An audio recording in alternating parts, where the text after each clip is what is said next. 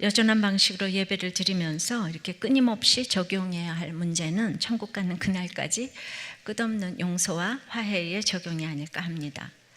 에버렛 워딩턴의 용서와 화해라는 책에 나오는 일화입니다. 이 마르시의 고통은 작은 일로 시작되었는데요. 이제 시내버스가 남편의 차를 들이받았어요.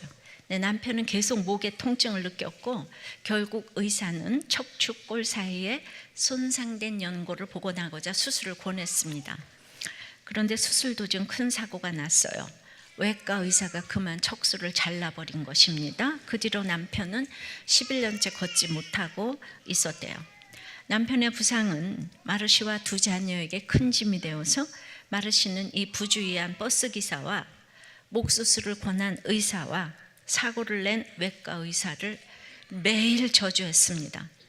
남편을 간호하고 사춘기 두 자녀를 기르자니 일이 끝도 없었고 뱃속은 언제나 더부룩했고 지친 그녀도 병세를 보이며 나이보다 훨씬 늙어 보여서 거의 막 60이 될 정도였습니다.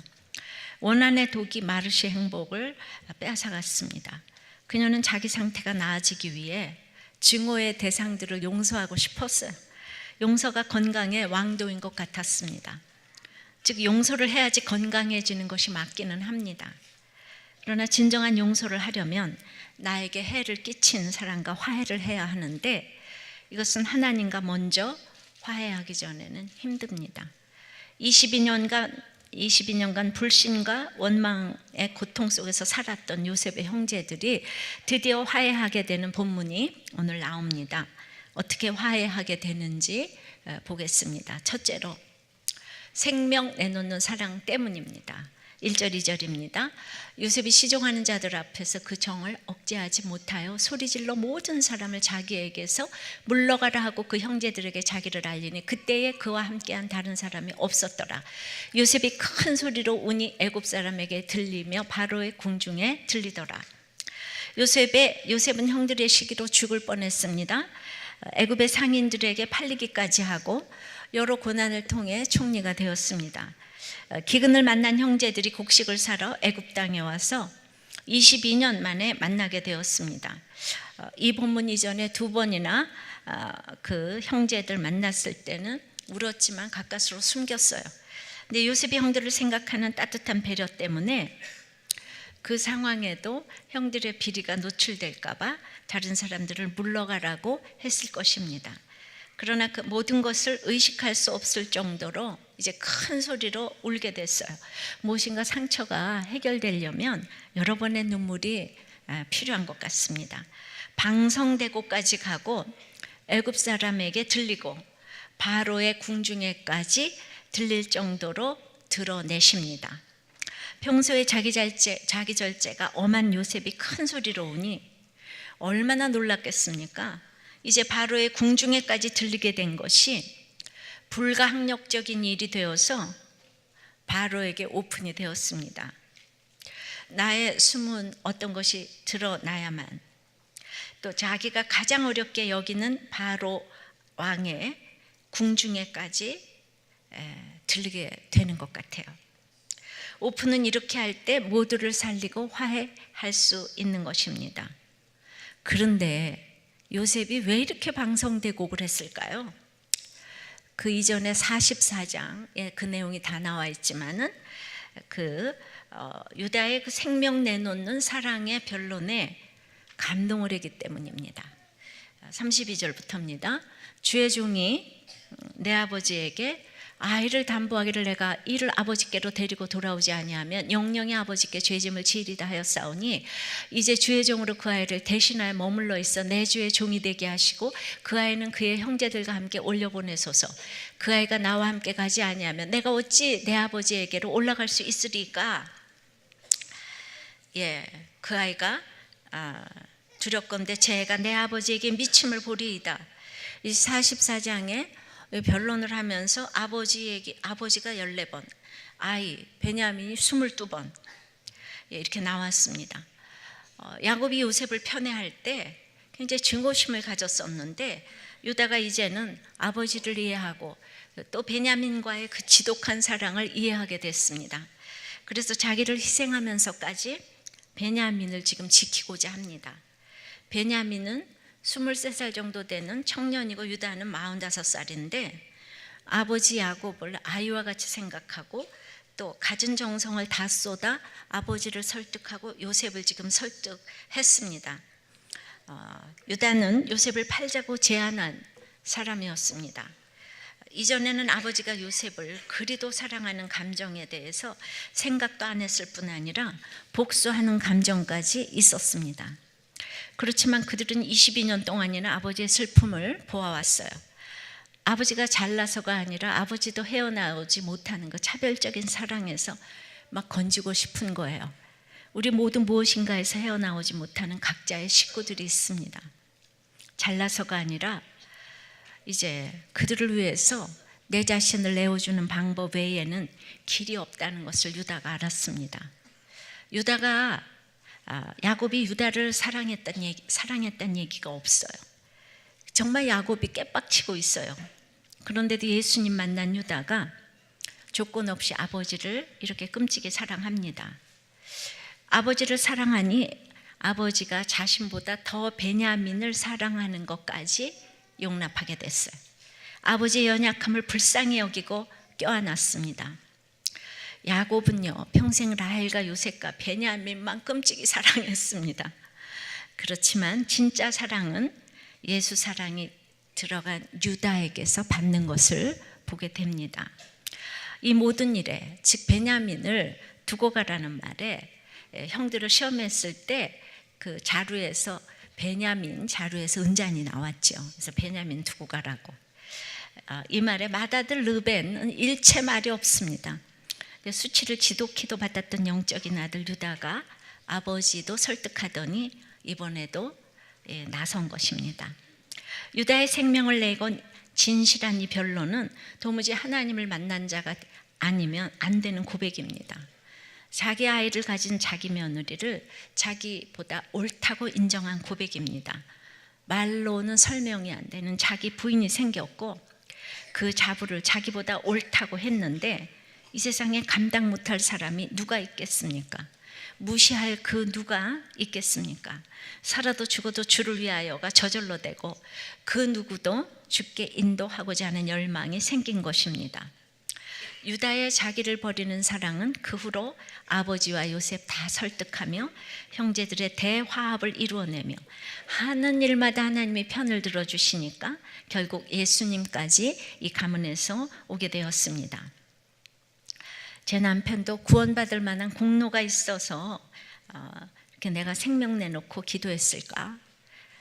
또 나에게는 나를 위해 생명 내놓고 기도해 줄 사람이 있을까? 생각해 봅니다. 근데 야곱은 도리어 차별받은 유다가 생명 내놓고 기도하는 것을 봅니다. 야곱이 잘나서가 아닙니다. 그러니 구원은 정말 하나님이 하시는 일입니다. 많은 사람들이 생명의 주인이신 주님을 만나지 못하는 것은 회개하지 않는 자에게는 당신을 숨기시기 때문입니다. 죄범한 인간은 하나님께서 당신을 보여주셔야만 볼 수 있는데 그것이 바로 회개입니다. 회개하지 않는 사람은 그러므로 말씀이 안 들리는 것이 당연합니다. 성도들 중에는 회개하지 않는 영혼도 많은데 설교 말씀이 모두에게 잘 들린다면 저는 그 도덕 설교가 아닌 이상 그 설교가 참 문제 있는 것 아닌가 합니다. 학벌과 지위 고하를 막론하고 회개하는 자에게는 말씀이 들리게 되어 있습니다. 형들이 회개를 하니까 이제 요셉이 온 것처럼 내가 회개를 하면 주님이 기뻐서 그렇게 눈물을 흘리십니다. 요셉의 신분이 총리가 된 것보다 형들이 회개한 것이 더 큰 기적으로 보입니다. 유다의 이 생명 내놓는 변론은 요셉을 결정적으로 치유했습니다. 요셉은 자기가 믿음이 제일 좋은 줄 알았는데 더 믿음 좋은 사람이 있어서 감싸 안았습니다. 치유란 것은 항상 회개 역사가 일어난 후에 일어납니다. 하나님께서 구하시는 제사는 상한 마음의 제사입니다. 하나님이여 상하고 통회하는 마음을 주께서 멸시치 아니하시리이다. 유다의 이 간절한 회개와 책임지는 사랑으로 진정한 회개를 하게 되었습니다. 유다는 그 은잔이 베냐민 자루에서 발견됐으니까 베냐민만 두고 가라. 지금 이렇게 형들을 시험합니다. 근데 유다는 베냐민을 두고 빠져나갈 좋은 기회가 생겼으나 때려도 안 가고 발로 차도 안 가고 더 나가서 베냐민 대신 죽겠다고 그랬어요. 중보를 했습니다. 이런 것을 사랑이라고 합니다. 이 사랑 때문에 모든 것이 녹아졌습니다. 우리도 책임지는 사랑으로 고백하고 회개하면 하나님이 만나주십니다. 유다의 변호는 결국 요셉의 마음에 커다란 감동을 불러일으켰고 그들을 향한 요셉의 모든 시험을 종결케 하는 종결자가 되었습니다. 이 눈물은 회개의 눈물이고 감사의 눈물이고 사랑의 눈물이고 용서의 눈물입니다. 그들의 허물을 위해서 울고 사랑해서 울고 변하여 새 사람 되어서 울었습니다. 이제는 형들이 하나도 수치스럽지 않고 이제 모두에게 알려줘도 이제는 할 수 없다. 거기까지 갔습니다. 여러분 뭐 때문에 우십니까? 저는 정말 저 때문에 울고 여러분이 변하지 않아서 울고 변화되어서 울고 어떻게 변했지? 그래서 울고 예, 정말 부끄러운 것이 없어졌습니다. 여러분들이 한 사람이라도 변화된다면 바로의 궁에 들리던 말던 수치스러울 것이 없습니다. 그래서 요셉의 본문이 잘 깨달아집니다. 예수님은 실로 불의한 자들을 위해서 십자가에서 돌아가셨습니다. 여러분 착한 사람이 아니고 불의한 사람들인 우리들을 위해서 죽으셨습니다. 성도도 생명 내어놓는 사랑으로 화해자가 돼야 되지 않을까요? 그런데 교회에 온 지, 그것도 우리들 교회에 온 지 오래되는 성도 중에도 참 불의한 성도가 있는 것 같습니다. 지난주 새가족이 왔는데 주차 때문에 경찰에 고소한 불미스러운 그 일 때문에 제가 새가족 세 신자에게 사과를 드렸습니다. 그런데 말이죠, 그 설교를 듣자마자 나가서 우리들 교회 성도들이 주차 때문에 또 싸웠다는 거 아니에요. 그리고 정말 들어줄 수가 없는 육두문자를 쓰면서 또 경찰을 불렀다고 하지 않습니까? 예, 뭐 굉장히 서로 이유가 있겠습니다. 근데 정말 우리들 교회 요새 주차 너무 심각하기 때문에 제가 이 얘기를 자꾸 합니다. 이분이 분노 조절이 좀 안 되는 분이에요. 오래되셨는데. 그래가지고 아버님과 식사 약속을 했는데 30분이나 차주인이 안 나왔답니다. 정말 이분은 폭발하는 게 당연해요. 그래가지고 혼자서 있는 대로 욕을 하고 있는데 그걸 가다가 어떤 다른 성도가 들었어요. 그래서 그 성도하고 지금 싸움이 났어요. 그리고 차주인은 왔어요. 그랬는데 식사하고 왔다 그런 거예요. 이렇게 좀 너무 죄송하다 그래야 될 텐데, 그러니까 이제 한번 욕이 시작됐으니까 이제 정말 이 땅에 태어나서 그런 욕이 있다는 걸 다 처음 들었다고 이렇게 합니다. 정말 주차는 십자가라고 생각이 이렇게 됩니다. 정말 근데 아무리 이분이 오래됐어요. 예, 오래됐어요. 하여튼 시작을 그분이 하셨으니까 저는 그분이 이렇게 정말 이분 우리들 교회에 나오지 않아도 된다고 하고 싶어요. 예, 정말 어떻게 주차 설교를 들었는데 나가자마자 그러실 수가 있냐고요. 그러면 안 되겠죠? 예, 너무 속상합니다. 아프니까 청춘이다 그랬는데 아프니까 우리들 교인이다 이렇게 생각을 합니다. 진짜 여러분 그렇게 분노 조절이 안 되는 분들이 꽤 많아요. 근데 그 상황이 되면 또 다 이해가 됩니다. 그럴 때마다 오죽하면 우리들 교회 왔겠나 이렇게 생각하세요. 아프니까 우리들 교회 교인이다. 이렇게 이 사람만은 안 되라고 생각되는 사람들이 곳곳에 있습니다. 지난 주일만 해도 여전히 도박을 하고 부인을 때리고 주식을 하고 술을 먹고 여자를 만나고 그런 얘기를 들었습니다. 목자님들 중에서도 그런 분이 있다고 들었어요. 하여튼 주차도 목자 부목자가 제일 말을 안 듣는다고. 그렇게 특별히 또 정말 남자보다는 여자들이 말을 안 듣는다고. 여자 때문에 주차가 진짜 다 안 된다고. 여러분 여자들 공주 아닙니다. 예, 이게 이렇게 심각하게 나오면 이제 정말 다 무장하고 주차 잘 하셔야 되는 거예요. 그래서 이런 얘기를 이제 들었어요. 그런데 그래도 그래도 다 오는 게 어디예요, 그죠? 예, 그렇게 옛날서부터 싸움을 하고 분노, 혈기 폭발해도 계속 오십니다. 멀리서 오십니다. 할렐루야. 예.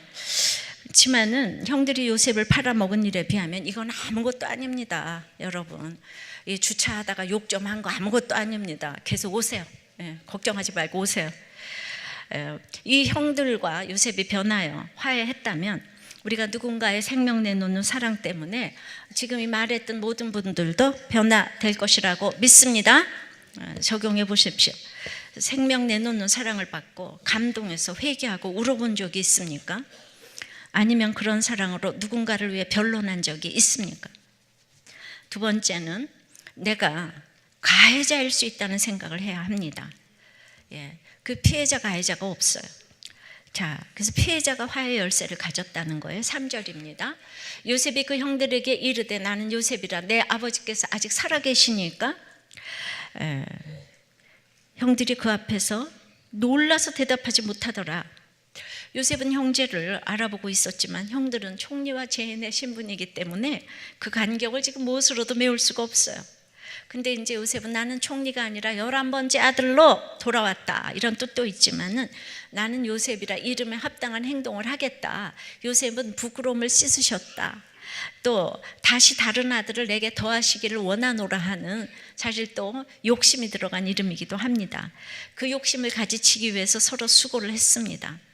나는 내 아버지가 내 아들로 호칭하는 바로 그 요셉이다. 내 죄가 내 고난보다 클 때 은혜가 임하는데 요셉은 유다의 사랑을 보고 깨달았을 것입니다. 뭘 깨달았을까요? 자신은 죽어라고 지금 아버지하고 베냐민만 끼고 돌아요. 요셉은요 베냐민밖에 몰라요. 그런데 아버지께 사랑도 받지 못한 유다 형님이 자신을 위해, 베냐민을 위해 생명까지 지금 내놓겠다고 하잖아요. 그 사랑이 요셉을 회개시키는 것입니다. 우리의 수준은 늘 날마다 올리시는 하나님이시기에 요셉도 키워가고 메시지도 키워가십니다. 므낫세의 뜻은, 요셉의 큰아들 므낫세의 뜻은 잊어버리게 하라는 뜻이에요. 과거 청산의 의미가 있습니다. 둘째 아들은 풍성한 비옥한 땅이라는 뜻으로 에브라임이라고 지었습니다. 즉 요셉이 과거를 넘어서 미래를 향하는 마음이 있을 때 용서가 가능했다는 뜻이기도 하면서, 또 요셉도 풍성함을 바라면서 막내 아들에게 관심이 있을 수밖에 사실 없었을 것 같아요. 이것도 생각하고, 그리고 베냐민을 편애하면서 우리 식구끼리 사랑만 받던 자기는 형들의 아픔을 이해하지 못했다는 것을 깨닫게 되었습니다. 예. 평생에 자기는 일평생 피해자잖아요, 요셉은. 그런데 이 유다 형님을 보면서 기가 막힌 거예요. 화해를 하려면 피해자 가해자가 없습니다. 요셉이 처음으로 피해자가 아니고 가해자일 수 있다는 생각을 했을 것이에요. 그러나 여러 가지 불행한 피해와 가해 사건들이 금세 용서되고 봉합되는 것이 아닙니다. 우리가 아무리 피해자 가해자 해도 보면 기근이 오고 먹을 것이 완전 바닥나고 그래야 화해를 할 수 있는 토양이 되는 것을 보게 됩니다. 화해가 얼마나 어려우면 창세기에서 이렇게 많은 지면을 다루겠습니까? 아무리 내가 피해자, 가해자인 걸 알아도 먹을 것이 있고 지위 권세가 있으면 화해가 안 됩니다. 야곱 집도 먹을 것이 없어지기까지 22년 걸렸습니다. 여러분들이 지금 화해했습니까? 아마 먹을 것이 떨어졌을 것입니다. 먹을 것이 떨어져야지 하나님과 화해하고 사람과 화해합니다. 내가 유익이 딱 있으면 절대로 내가 싫은 사람한테 머리 숙이지 않습니다. 그래서 우리는 먹을 것이 없어지라고 기도를 아마 해야 될 것 같아요. 화해를 하려면은 남북 이스라엘도 화해되기까지 둘이 완전히 망하니까 그 에스겔에 그 나중에 화해가 됐어요. 죽어라고 싸우더니 나는 요셉이라, 그러니까 아버지가 살아계시냐 그러니까 형들이 그냥 너무 놀라서 능히 대답을 못하는 거예요. 왜냐하면 정말 제가 요셉이라면 이건 죽음을 의미하잖아요. 그러니까 이것 때문에 평생 두려움과 죄책감에 사로잡혔던 형들은 일생을 두고 능히 대답하지 못하는 일을 가지고 살았기 때문에 형들의 아픔도 대단한 거예요. 여러분, 이 요셉을 팔아먹고 이제 죽였어, 그죠? 예, 죽인 거나 마찬가지예요. 그러니까 그런 일들을 가지고 이 12명이 입을 다물고 지금 사는 거예요. 11명이. 우리 여기도 먹을 것이 있는 사람들은 죽어도 오픈하지 못하는 일들이 있어요. 예, 그거는 아멘이 아닌데요. 예. 죽어도 용서하지 못한다고 그랬는데 이렇게. 그러니까 이게 문맥을 잘 놓치지 말고 들으시기 바랍니다. 알면서도 안 되는 일이 이렇게 있을 수 있어요. 근데 지금도 예. 그러니까 그래서 오픈에 대해서도 생각을 많이 하는 거예요. 이 기가 막힌 죄를 오픈을 못 하는 거예요. 그러니까 여러분들이 하는 오픈들이 쉬운 것 같아도 보통 어려운 오픈을 하는 게 아닙니다. 그러니까 지금도 요셉이 먼저 나는 요셉이라 밝혀주고 있어요. 형들처럼 입이 안 떨어져 가지고 말을 못하는 것이 있을 수 있습니다. 그러니까 4절에 요셉이 형들에게 이르되 내게로 가까이 오소서. 그들이 가까이 가니 가로되 나는 당신들의 아우 요셉이니 당신들이 애굽의 판자라. 드디어 장벽이 무너지는 순간입니다. 가까이 오소서 그랬어요. 진정한 교제는 가까이 보고 싶고 가고 싶고 있고 싶은 이런 거예요. 그런데 거리가 느껴지면 이 진정한 교제가 아닙니다. 노예와 죄인은 누구와도 가까이 지내지 못합니다. 왜냐하면 아들이 아니니까, 그죠? 요셉은 그것을 겪었기 때문에 형들의 심정을 알고 가까이 오라고 합니다. 만일 요셉이 가까이 오라고 하지 아니하였다면 결코 형들이 요셉에게 가까이 나갈 수가 없습니다. 왜냐하면 요셉이 피해자이고 게다가 능력자이고 권세자이기 때문에 먼저 다가가는 것은 요셉이어야 돼요.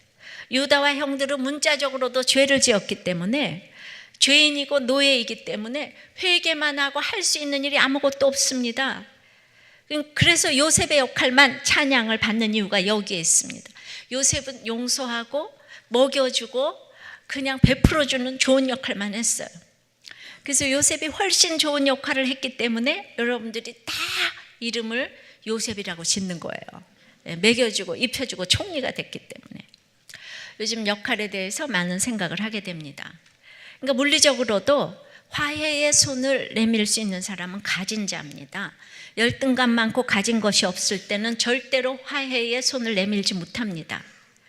그러니까 날마다 피해자라고 생각하는 사람은 바로 그 사람이 가해자인 것을 알아야 합니다. 나는 이 피해를 누구도 보상해 주지 못해. 나는 피해자야 하며 이를 가는 이런 사람은 화해의 손을 내밀지 못합니다. 어떻게 그렇게 나에게 평생 피해만 줄 수 있어? 라고 말하는 사람은 온몸으로 가해자입니다. 그런 사람은 믿음이 있어도 전혀 손을 내밀지 못합니다.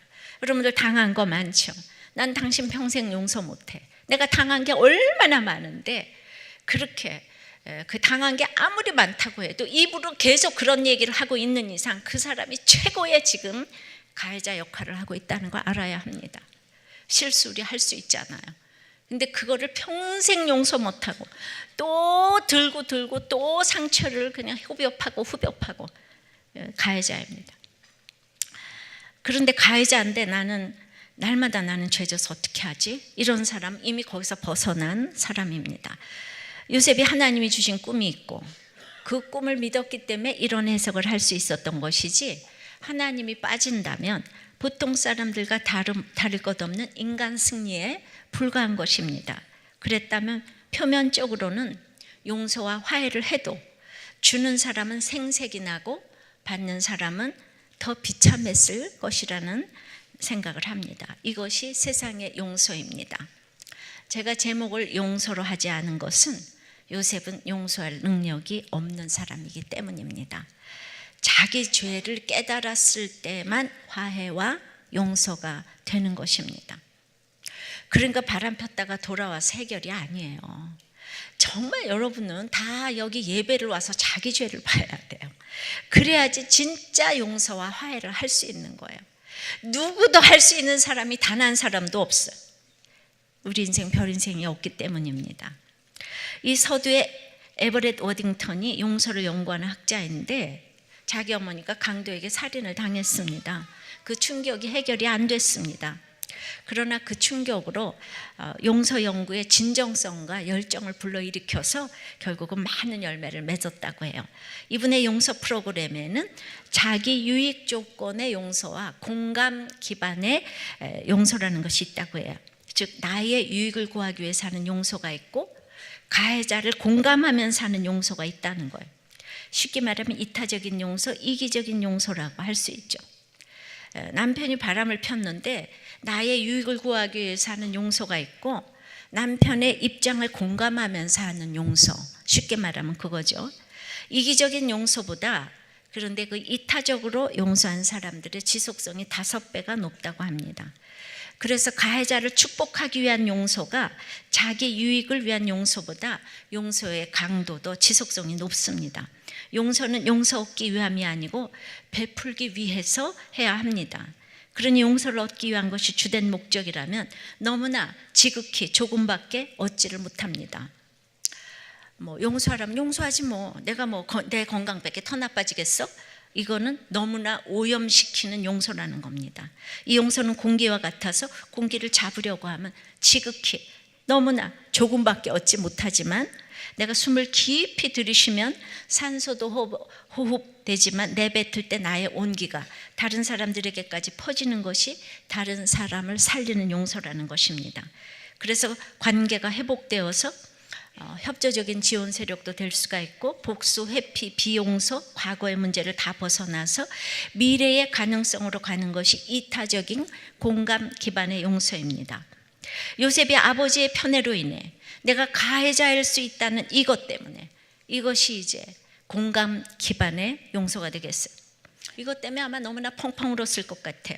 인간 최고의 감정은 사랑도 미움도 증오도 아닌 회개라고 했습니다. 서로 죄인된 입장에서 회개를 하니 화해가 됩니다. 형들 이렇게 하는 거죠. 지금까지 자기를 팔아먹고 다 죽였다고 생각한 형들에게 지금 감옥을 살고 혼자서 얼마나 외로웠어요. 그런데 형님들 얼마나 힘드셨어요. 그렇게 편애를 받고도 세상에 나를 위해서 생명을 내놓다니요. 이렇게 되는 거죠. 요셉의 사랑보다 유다의 사랑이 조금 더 커서 이런 화해를 하게 되었습니다. 요셉은 찬양받는 역할을 하는데 유다는 죄인의 역할을 하면서 늘 뒤에 있습니다. 진정으로 회개하는 자는 기쁨으로 주님을 만나는데 유다도 솔직하고 요셉도 솔직하니 치유가 일어나는 것입니다. 치유는 회개에서 비롯됩니다. 회개하지 않는 용서와 치유는 헛것입니다. 우리들 교회도 내가 피해자인 줄 알았는데 가해자였어요 하면서 대단한 오픈을 하지만 회개로 인해서 하나님을 기쁘게 하기에 그 오픈을 하고도 교회가 이렇게 평안하게 걸어가는 것입니다. 누구 흉내내는 오픈이 아니라 회개로부터 하고 정말 내가 살고 우리 집이 화해를 해야 하는 이 절박한 필요에 의해서 하기 때문에 회개가 이렇게 된다고 봅니다.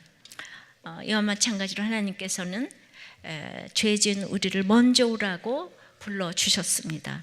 수고하고 무거운 짐진 자들아 다 내게로 오라. 목마른 자들아 물러나오라. 돈 없는 자도 오라. 이런 하나님의 부르심 때문에 우리가 주님 앞에 가까이 오게 되었어요. 하나님께서 가까이 오라고 부르심을 받지 아니하고 주님 앞에 나올 수 있는 사람은 단 한 사람도 없습니다. 그러므로 우린 다 가해자인 거예요.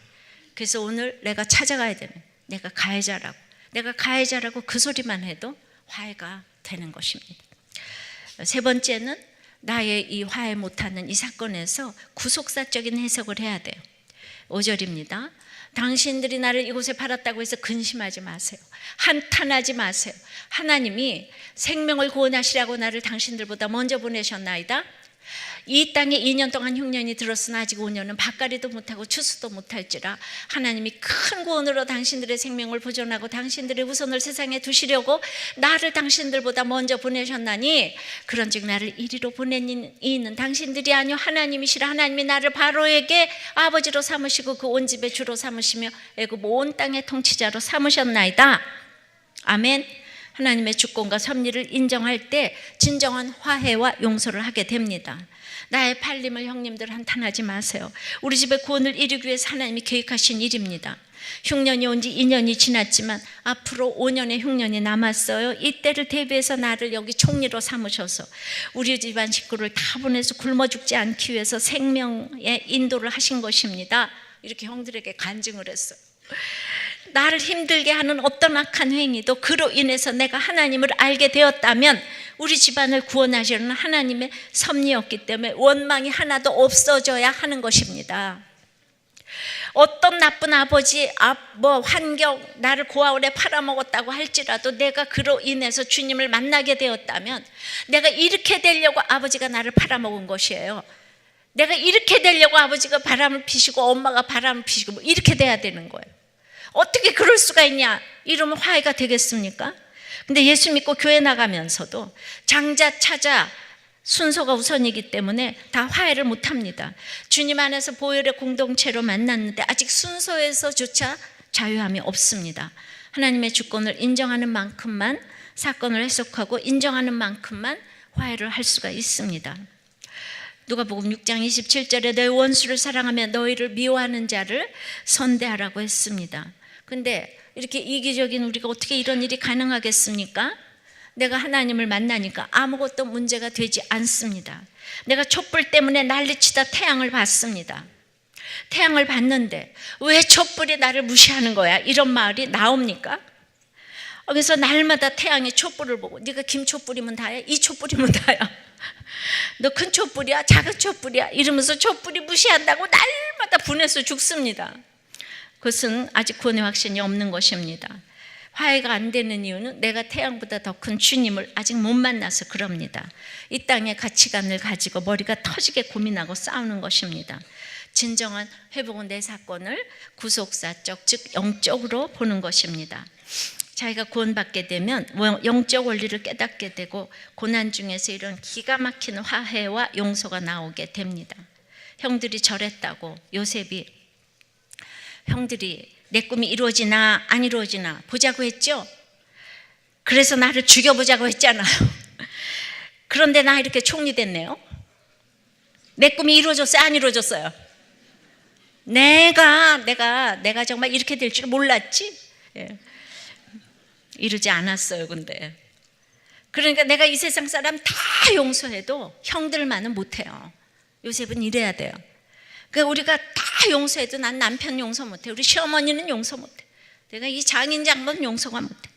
이렇게 저 사람만은 안 돼 이렇게 말할 사람은 하나도 없다는 것입니다. 구속사적 원리가 아직 안 깨달아져서 그래요. 억울할수록 하나님의 뜻이 점점 드러나게 되는데 요셉이 왜 자기 꿈을 생각하지 않았겠습니까? 그런데 우리는 예수를 믿어도 밤낮 육적인 꿈밖에 모릅니다. 그때 11별이 나한테 절을 했어. 그러니까 내가 뭐 대통령이 되는 거 아니야? 근데 나도 어렸을 때 꿈 꿨어. 그런데 총리가 되는 꿈, 왜 아직 총리가 안 되는 거지? 우리 딸이 영부인이 된다고 그랬는데 왜 아직 안 되는 거야? 이렇게 육적인 꿈으로밖에 해석이 안 되니까 예수를 믿어도 꿈이 이루어지지 않았다고 원망하고 그 다음에 또 자기가 이루어졌다고 생각하는 이런 거. 드디어 내가 동서에게 복수했어. 우리 애가 서울대 갔잖아 이러면서 좋아합니다. 요셉의 꿈도 그렇지만 이 세상의 모든 꿈과 비전은 말이죠, 메시아 죽인 것으로 끌고 가지 않으면 다 동화에 불과합니다. 마찬가지로 우리가 지금부터 우리 아이들한테 꿈과 비전을 넣어주어야 하는데 십자가를 통과하지 않은 꿈과 비전은 다 동화입니다. 이기고 이겨서 세상에서 잘 되는 거. 교회에서도 이것을 가르치게 되면 이게 교회와 세상과 다름이 없는 거예요. 그것을 요셉에게 알기 위해서 형들이 수고를 했습니다. 요셉이 십자가를 건넜습니다. 그냥은 안 됩니다.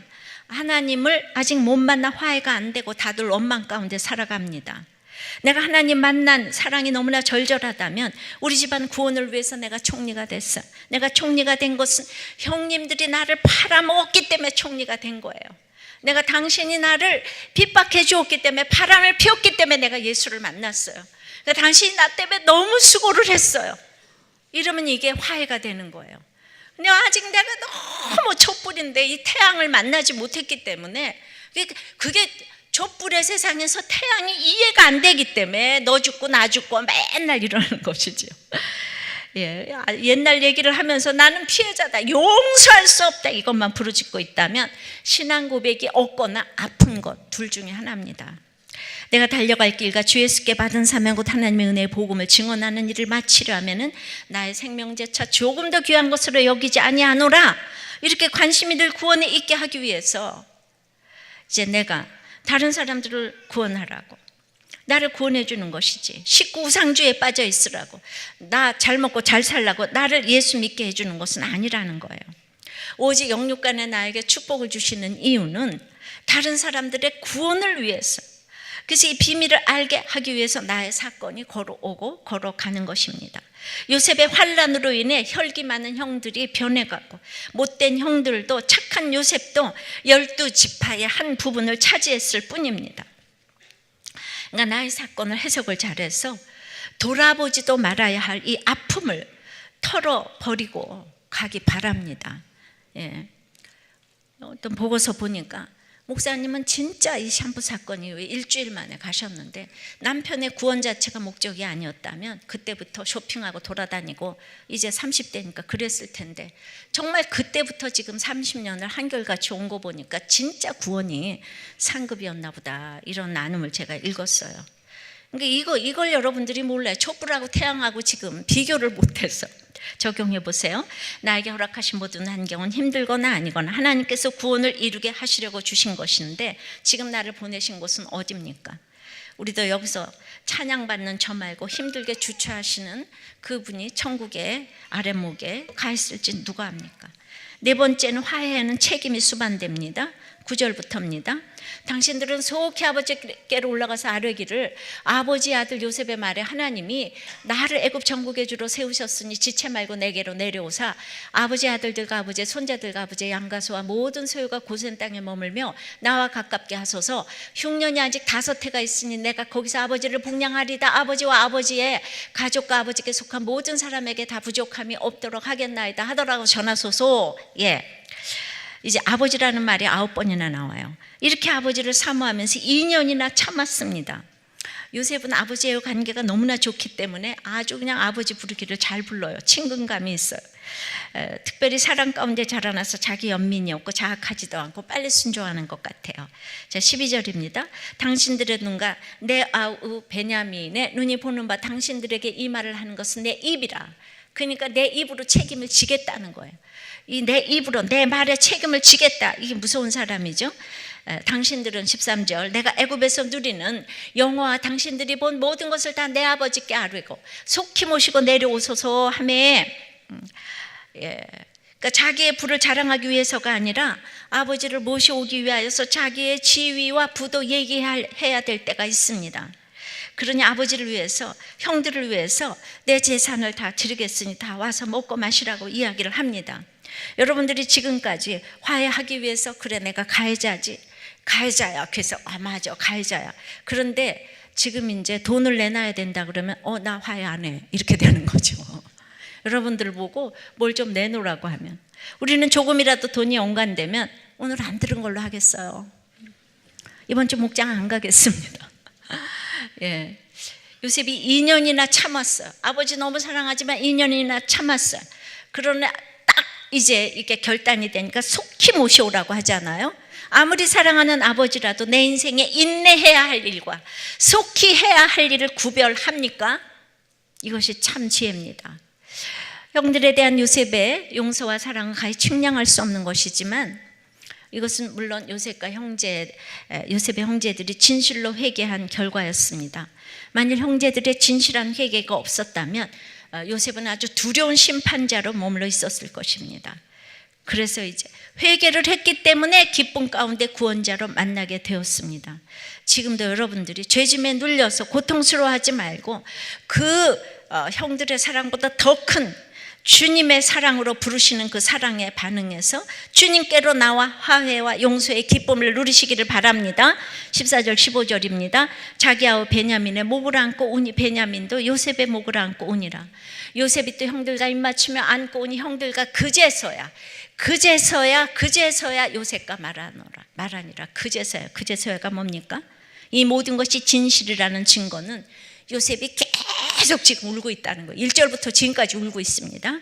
아무리 얘기해도 고백해도 용서 베푸는 자의 입장에서 먼저 가서 입맞추며 행동으로 다가가야 하는데, 거기에 정말 눈물을 흘리는데 요셉이 총리가 돼서 그게 진실성이 거기 들어가는 거죠. 형들은 죄인이라 그럴 수도 없어요. 여러분들 눈물 흘리며 기도할 때 마음을 엽니다. 그러나 우는 것이 마음대로 됩니까? 그래서 여기 10년이 돼도 목자님 중에서 눈물 한 방울 안 흘렸다는 목자님도 계세요. 남자도 있는데 여자는 있는지 모르겠네. 정말 말씀이 잘 안 들리시는 것 같아요. 한 목자님의 나눔입니다. 우리들 교회가 별로 좋은 교회가 아닌 것 같다. 썬데이 크리스찬으로 살면서 교회를 여러 번 옮겼는데 가장 좋았던 교회는 내가 예배를 들어든 안 들어든 신경 쓰지 않고 시설도 좋고 11조 할 필요도 없는 교회가 가장 편했다. 그런데 우리들 교회 온 것은 똑똑한 아들이 대학에 안 가려고 하고 학교를 다니지 않으려고 너무 속을 썩였는데, 그 아들이 우리들 교회를 가보라 그래서 왔는데 그 아들은 도리어 안 오고 지금 속을 썩이고 있다. 별 고난 없이 살다 아들에게 그런 문제가 와서 우리들 교회에 와서 말씀을 들으면서도 간증 들을 때마다 나는 저런 고난 오면 안 되는데 그런 생각만 든다. 아들 생각만 하면 똑똑한 우리 집에 고졸 학력자 하나 생기는 것이 아닌가 해서 왔지만 나는 고난이 싫다.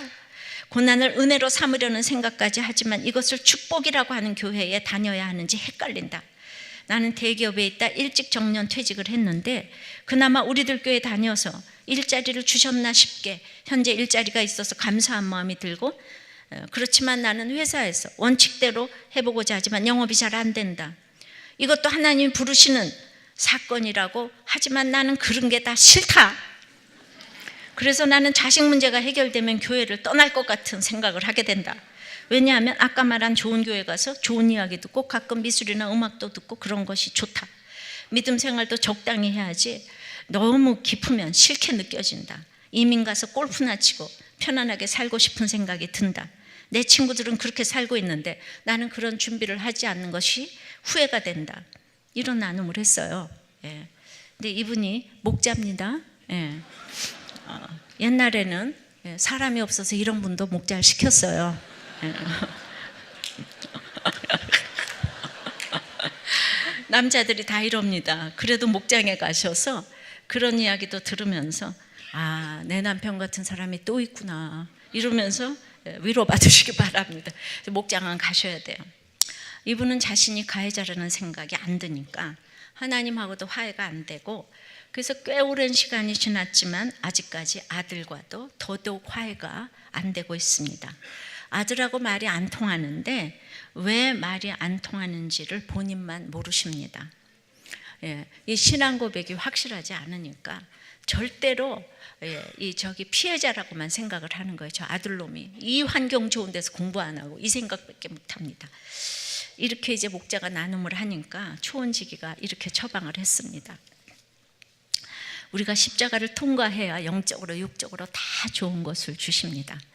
성령이 인도하신 대로 목사님은 설교하시지 고난이 축복이란 말만 하려는 것이 아니에요. 고난 없이 목자를 하면 얼마나 공감이 어렵겠습니까?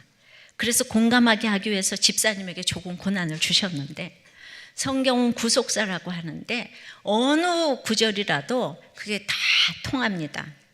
집사님도 그런 것에 엮이기 싫어하시지만 이미 엮이셨어요. 그러니 좋은 교회 다닌 줄 알고 그냥 이제 조용하세요 하면서 목자를 밟아 주었습니다. 저는 이렇게 나쁜 교회 다니기 싫은 사람은 마음대로 떠나셔도 안 말립니다. 그런데 이분이 안 떠나셨습니다. 그리고 아직까지 안 변하셨습니다. 그런데 다니시는 것이 놀랍습니다. 그런 분이 많아요, 여기. 예전에 어떤 목사님께서 오셔서 말씀하시기를 문제가 해결되지 않으면 해결되지 않았다고 목사한테 욕을 하고 해결되면 다 떠난다고 그런 설교를 하셨어요. 그러면서 그런 사람들은 목을 조르고 싶다고 그렇게 이야기를 했어요. 근데 특별히 그 얘기를 하면서 이분이 전라도 사투리를 쓰니까 굉장히 공감이 되더라고요. 그러면서 이 공감을 하기 위해서 나도 왜 전라도에서 못 태어났냐 이 생각을 막 했습니다. 정말 그분이 징해 불어 이러면서 얘기를 하니까 막 너무 좋아하는 거예요. 예. 자, 이렇게 우리가 영호남이 이렇게 화해를 하고 남북이 화해를 하고, 예, 이 선거가 있잖아요. 예, 선거 때문에 또 지역 감정 나오죠. 아무리 교회를 다녀도 영호남이 화해를 안 합니다. 예, 우리나라와 일본이 화해를 못 합니다. 남북이 화해를 못 하고 있습니다. 정말 화해가 안 되는 게 너무 많아요. 그리고 이제 부부가 화해가 안 됩니다. 모두가 가해자라는 생각을 해야 되는데 모두가 피해자라는 생각밖에 안 합니다. 그러니 말씀이 안 들리고 구원의 확신이 없으니 말씀이 안 들리고, 제가 도덕 설교를 안 한다고 밤낮 비난의 화살을 쏘면서 아들 문제 해결되면 떠난다 이런 생각을 가지고 있는 것입니다. 자, 말씀을 맺겠습니다. 우리가 화해하려면 그러므로 생명 내놓는 사랑을 하고 거기에 정말 울면서 반응을 해야 합니다. 나를 위해 죽어주신 주님의 생각에 반응을 해야 화해가 됩니다. 그리고 내가 가해자일 수 있다고 생각을 해야 합니다. 구속사적으로 해석할 수 있어야 합니다. 어떤 경우도 내가 그 환경 때문에 믿었다면 최고의 환경인 거예요. 그러면 당연히 피해자가 키를 주게 됩니다. 나의 모든 능력 권세는 화해를 위해서 주어졌습니다. 화해는 책임이 따른다는 것을 알아야 합니다. 그 사랑에 감격해서 우리에게 이 화해케 하는 직책을 주신 줄을 믿습니다. 찬양하고 기도하겠습니다. 말씀 기억하시면서 찬양하겠습니다. 다 표현 못해도, 다 표현 못해도 나 표현하리라. 다 고백 못해도 나 고백하리라. 다 할 수 없어도 나 알아가리라. 다 닮지 못해도 나 닮아가리라. 다 표현 못해도 나 표현하리라. 다 고백 못해도 나 고백하리라. 다 할 수 없어도 나 알아가리라. 다 닮지 못해도 나 닮아가리라. 그 사랑 얼마나 아름다운지, 그 사랑 얼마나 날 부욕해 하는지, 그 사랑 얼마나 크고 놀라운지를, 그 사랑 얼마나 나를 다시 한번 찬양하겠습니다. 다 표현 못해도, 다 표현 못해도 나 표현하리라.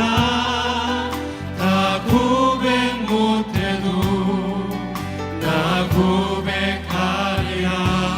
할 수 없어도 나 알아가리라. 다 닮지 못해도 나 닮아가리라. 그 사랑 얼마나 아름다운지, 그 사랑 얼마나 날 부욕해 하는지,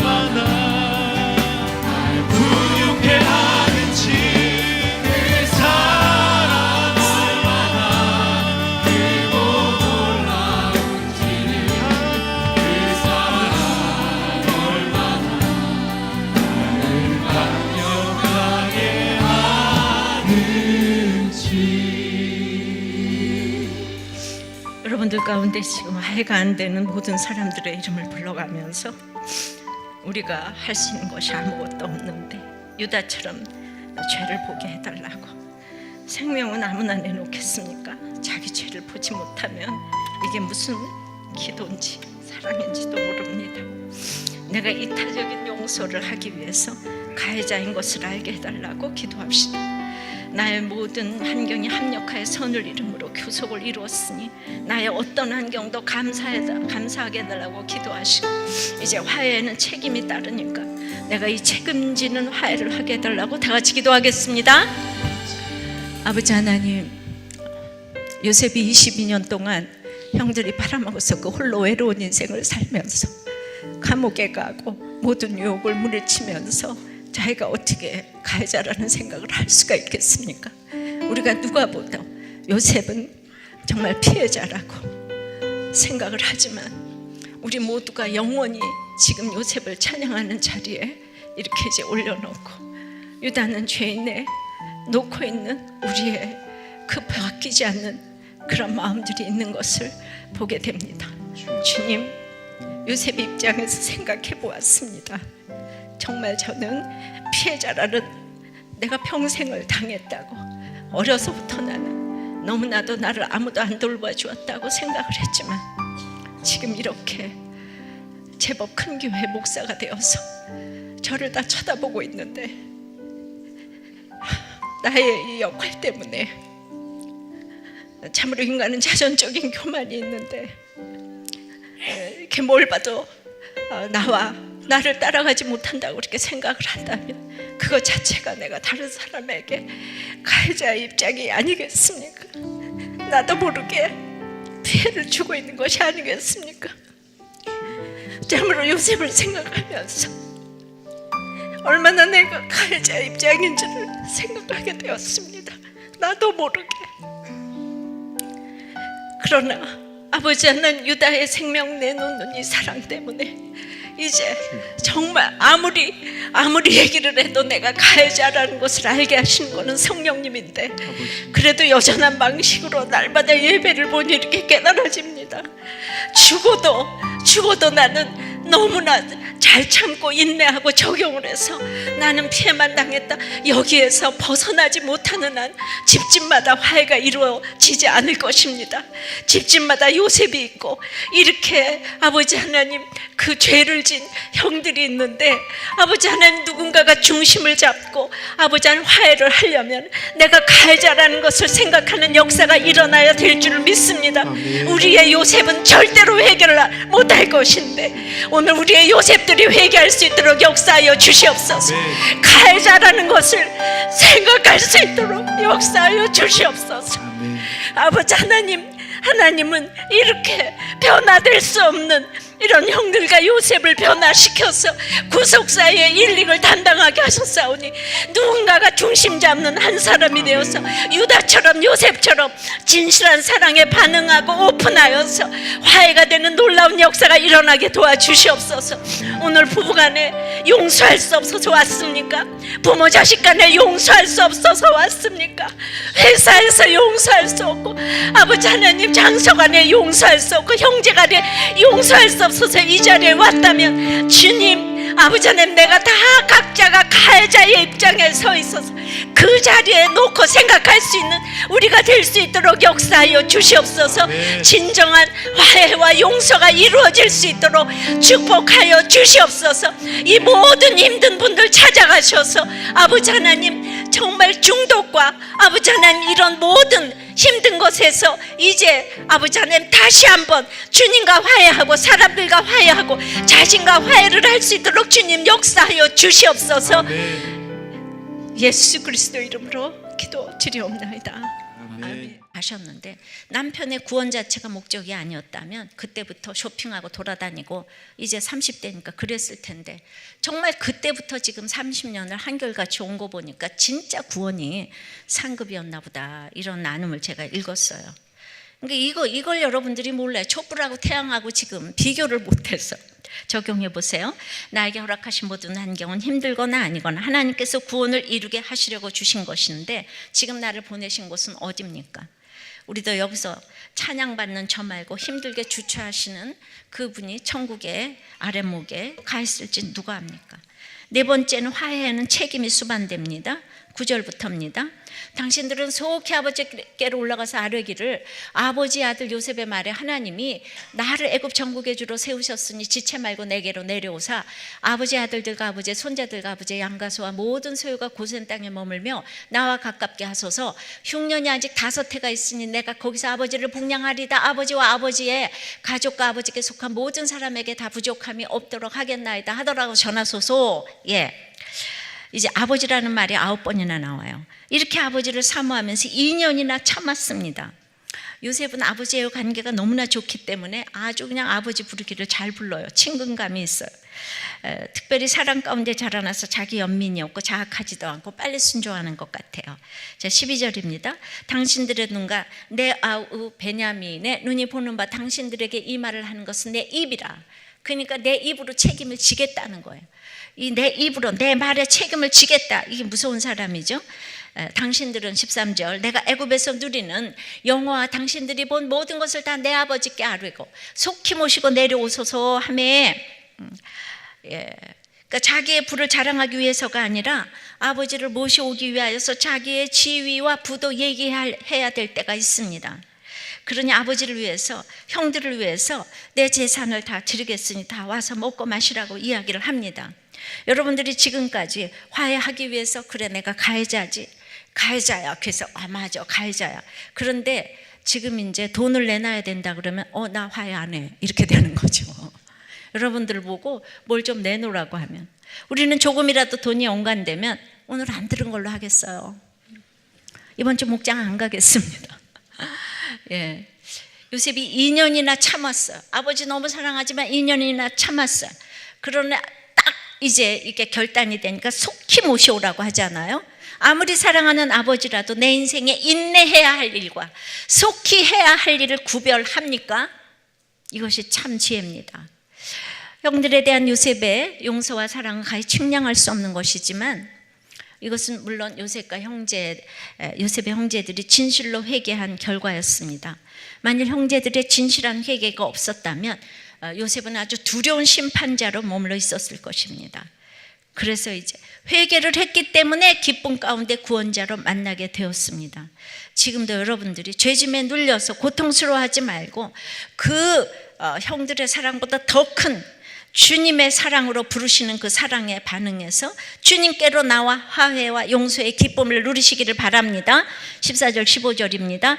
자기 아우 베냐민의 목을 안고 오니 베냐민도 요셉의 목을 안고 오니라. 요셉이 또 형들과 입맞추며 안고 오니 형들과 그제서야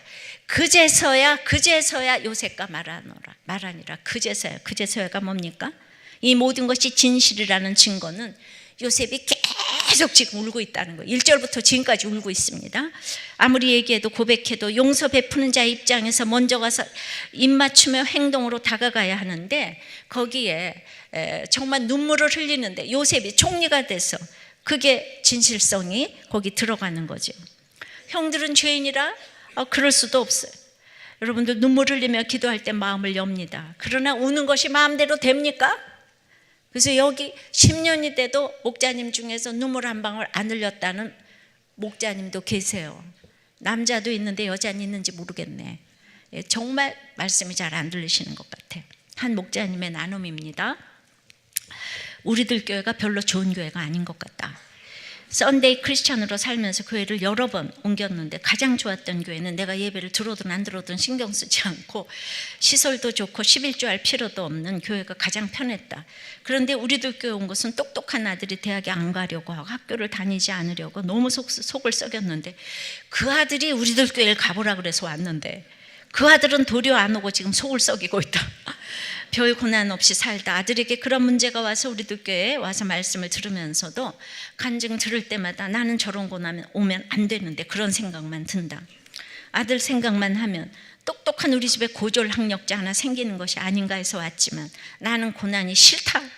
고난을 은혜로 삼으려는 생각까지 하지만 이것을 축복이라고 하는 교회에 다녀야 하는지 헷갈린다.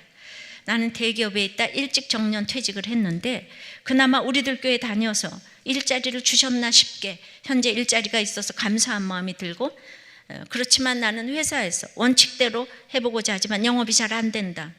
이것도 하나님이 부르시는 사건이라고 하지만 나는 그런 게 다 싫다. 그래서 나는 자식 문제가 해결되면 교회를 떠날 것 같은 생각을 하게 된다. 왜냐하면 아까 말한 좋은 교회 가서 좋은 이야기 듣고 가끔 미술이나 음악도 듣고 그런 것이 좋다. 믿음 생활도 적당히 해야지 너무 깊으면 싫게 느껴진다. 이민 가서 골프나 치고 편안하게 살고 싶은 생각이 든다. 내 친구들은 그렇게 살고 있는데 나는 그런 준비를 하지 않는 것이 후회가 된다. 이런 나눔을 했어요. 예. 근데 이분이 목자입니다. 예. 옛날에는 사람이 없어서 이런 분도 목자를 시켰어요. 예. 남자들이 다 이럽니다. 그래도 목장에 가셔서 그런 이야기도 들으면서 아, 내 남편 같은 사람이 또 있구나 이러면서 위로받으시기 바랍니다. 목장은 가셔야 돼요. 이분은 자신이 가해자라는 생각이 안 드니까 하나님하고도 화해가 안 되고, 그래서 꽤 오랜 시간이 지났지만 아직까지 아들과도 더더욱 화해가 안 되고 있습니다. 아들하고 말이 안 통하는데 왜 말이 안 통하는지를 본인만 모르십니다. 예, 이 신앙 고백이 확실하지 않으니까 절대로 저기 피해자라고만 생각을 하는 거예요. 저 아들놈이 이 환경 좋은 데서 공부 안 하고 이 생각밖에 못합니다. 이렇게 이제 목자가 나눔을 하니까 초원지기가 이렇게 처방을 했습니다. 우리가 십자가를 통과해야 영적으로 육적으로 다 좋은 것을 주십니다. 성령이 인도하신 대로 목사님은 설교하시지 고난이 축복이란 말만 하려는 것이 아니에요. 고난 없이 목자를 하면 얼마나 공감이 어렵겠습니까? 그래서 공감하게 하기 위해서 집사님에게 조금 고난을 주셨는데, 성경은 구속사라고 하는데 어느 구절이라도 그게 다 통합니다. 집사님도 그런 것에 엮이기 싫어하시지만 이미 엮이셨어요. 그러니 좋은 교회 다닌 줄 알고 그냥 이제 조용하세요 하면서 목자를 밟아 주었습니다. 저는 이렇게 나쁜 교회 다니기 싫은 사람은 마음대로 떠나셔도 안 말립니다. 그런데 이분이 안 떠나셨습니다. 그리고 아직까지 안 변하셨습니다. 그런데 다니시는 것이 놀랍습니다. 그런 분이 많아요, 여기. 예전에 어떤 목사님께서 오셔서 말씀하시기를 문제가 해결되지 않으면 해결되지 않았다고 목사한테 욕을 하고 해결되면 다 떠난다고 그런 설교를 하셨어요. 그러면서 그런 사람들은 목을 조르고 싶다고 그렇게 이야기를 했어요. 근데 특별히 그 얘기를 하면서 이분이 전라도 사투리를 쓰니까 굉장히 공감이 되더라고요. 그러면서 이 공감을 하기 위해서 나도 왜 전라도에서 못 태어났냐 이 생각을 막 했습니다. 정말 그분이 징해 불어 이러면서 얘기를 하니까 막 너무 좋아하는 거예요. 예. 자, 이렇게 우리가 영원함이 이렇게 화해를 하고 남북이 화해를 하고, 예. 이 선거가 있잖아요. 예. 선거 때문에 또 지역 감정 나오죠. 아무리 교회를 다녀도 영원함이 화해를 안 합니다. 예. 우리나라와 일본이 인간 최고의 감정은 사랑도 미움도 증오도 아닌 회개라고 했습니다. 서로 죄인된 입장에서 회개를 하니 화해가 됩니다. 형들 이렇게 하는 거죠. 지금까지 자기를 팔아먹고 다 죽였다고 생각한 형들에게 지금 감옥을 살고 혼자서 얼마나 외로웠어요. 그런데 형님들 얼마나 힘드셨어요. 그렇게 편애를 받고도 세상에 나를 위해서 생명을 내놓다니요. 이렇게 되는 거죠. 요셉의 사랑보다 유다의 사랑이 조금 더 커서 이런 화해를 하게 되었습니다. 요셉은 찬양받는 역할을 하는데 유다는 죄인의 역할을 하면서 늘 뒤에 있습니다. 진정으로 회개하는 자는 기쁨으로 주님을 만나는데 유다도 솔직하고 요셉도 솔직하니 치유가 일어나는 것입니다. 치유는 회개에서 비롯됩니다. 회개하지 않는 용서와 치유는 헛것입니다. 우리들 교회도 내가 피해자인 줄 알았는데 가해자였어요 하면서 대단한 오픈을 하지만 회개로 인해서 하나님을 기쁘게 하기에 그 오픈을 하고도 교회가 이렇게 평안하게 걸어가는 것입니다. 누구 흉내내는 오픈이 아니라 회개로부터 하고 정말 내가 살고 우리 집이 화해를 해야 하는 이 절박한 필요에 의해서 하기 때문에 회개가 이렇게 된다고 봅니다. 이와 마찬가지로 하나님께서는 죄 지은 우리를 먼저 오라고 불러주셨습니다. 수고하고 무거운 짐진 자들아 다 내게로 오라. 목마른 자들아 물러나오라. 돈 없는 자도 오라. 이런 하나님의 부르심 때문에 우리가 주님 앞에 가까이 오게 되었어요. 하나님께서 가까이 오라고 부르심을 받지 아니하고 주님 앞에 나올 수 있는 사람은 단 한 사람도 없습니다. 그러므로 우린 다 가해자인 거예요. 그래서 오늘 내가 찾아가야 되는, 내가 가해자라고 그 소리만 해도 화해가 되는 것입니다. 세 번째는 나의 이 화해 못하는 이 사건에서 구속사적인 해석을 해야 돼요. 5절입니다. 당신들이 나를 이곳에 팔았다고 해서 근심하지 마세요. 한탄하지 마세요. 하나님이 생명을 구원하시라고 나를 당신들보다 먼저 보내셨나이다. 이 땅에 2년 동안 흉년이 들었으나 아직 5년은 밭갈이도 못하고 추수도 못할지라 하나님이 큰 구원으로 당신들의 생명을 보존하고 당신들의 후손을 세상에 두시려고 나를 당신들보다 먼저 보내셨나니 그런즉 나를 이리로 보낸 이는 당신들이 아니요 하나님이시라. 하나님이 나를 바로에게 아버지로 삼으시고 그 온 집의 주로 삼으시며 애굽 온 땅의 통치자로 삼으셨나이다. 아멘. 하나님의 주권과 섭리를 인정할 때 진정한 화해와 용서를 하게 됩니다. 나의 팔림을 형님들 한탄하지 마세요. 우리 집의 구원을 이루기 위해서 하나님이 계획하신 일입니다. 흉년이 온 지 2년이 지났지만 앞으로 5년의 흉년이 남았어요. 이때를 대비해서 나를 여기 총리로 삼으셔서 우리 집안 식구를 다 보내서 굶어 죽지 않기 위해서 생명의 인도를 하신 것입니다. 이렇게 형들에게 간증을 했어요. 나를 힘들게 하는 어떤 악한 행위도 그로 인해서 내가 하나님을 알게 되었다면 우리 집안을 구원하시는 하나님의 섭리였기 때문에 원망이 하나도 없어져야 하는 것입니다. 어떤 나쁜 아버지, 환경, 나를 고아원에 팔아먹었다고 할지라도 내가 그로 인해서 주님을 만나게 되었다면 내가 이렇게 되려고 아버지가 나를 팔아먹은 것이에요. 내가 이렇게 되려고 아버지가 바람을 피시고 엄마가 바람을 피시고 이렇게 돼야 되는 거예요. 어떻게 그럴 수가 있냐? 이러면 화해가 되겠습니까? 근데 예수 믿고 교회 나가면서도 장자 차자 순서가 우선이기 때문에 다 화해를 못합니다. 주님 안에서 보혈의 공동체로 만났는데 아직 순서에서조차 자유함이 없습니다. 하나님의 주권을 인정하는 만큼만 사건을 해석하고 인정하는 만큼만 화해를 할 수가 있습니다. 누가복음 6장 27절에 너희 원수를 사랑하며 너희를 미워하는 자를 선대하라고 했습니다. 근데 이렇게 이기적인 우리가 어떻게 이런 일이 가능하겠습니까? 내가 하나님을 만나니까 아무것도 문제가 되지 않습니다. 내가 촛불 때문에 난리치다 태양을 봤습니다. 태양을 봤는데 왜 촛불이 나를 무시하는 거야? 이런 말이 나옵니까? 그래서 날마다 태양의 촛불을 보고 네가 김촛불이면 다야? 이 촛불이면 다야? 너 큰 촛불이야? 작은 촛불이야? 이러면서 촛불이 무시한다고 날마다 분해서 죽습니다. 그것은 아직 구원의 확신이 없는 것입니다. 화해가 안 되는 이유는 내가 태양보다 더 큰 주님을 아직 못 만나서 그럽니다. 이 땅의 가치관을 가지고 머리가 터지게 고민하고 싸우는 것입니다. 진정한 회복은 내 사건을 구속사적, 즉 영적으로 보는 것입니다. 자기가 구원받게 되면 영적 원리를 깨닫게 되고 고난 중에서 이런 기가 막힌 화해와 용서가 나오게 됩니다. 형들이 저랬다고 요셉이 형들이 내 꿈이 이루어지나 안 이루어지나 보자고 했죠. 그래서 나를 죽여보자고 했잖아요. 그런데 나 이렇게 총리 됐네요. 내 꿈이 이루어졌어요? 안 이루어졌어요? 내가 정말 이렇게 될 줄 몰랐지. 예. 이루지 않았어요. 근데 그러니까 내가 이 세상 사람 다 용서해도 형들만은 못해요. 요셉은 이래야 돼요. 그러니까 우리가 다 용서해도 난 남편 용서 못해. 우리 시어머니는 용서 못해.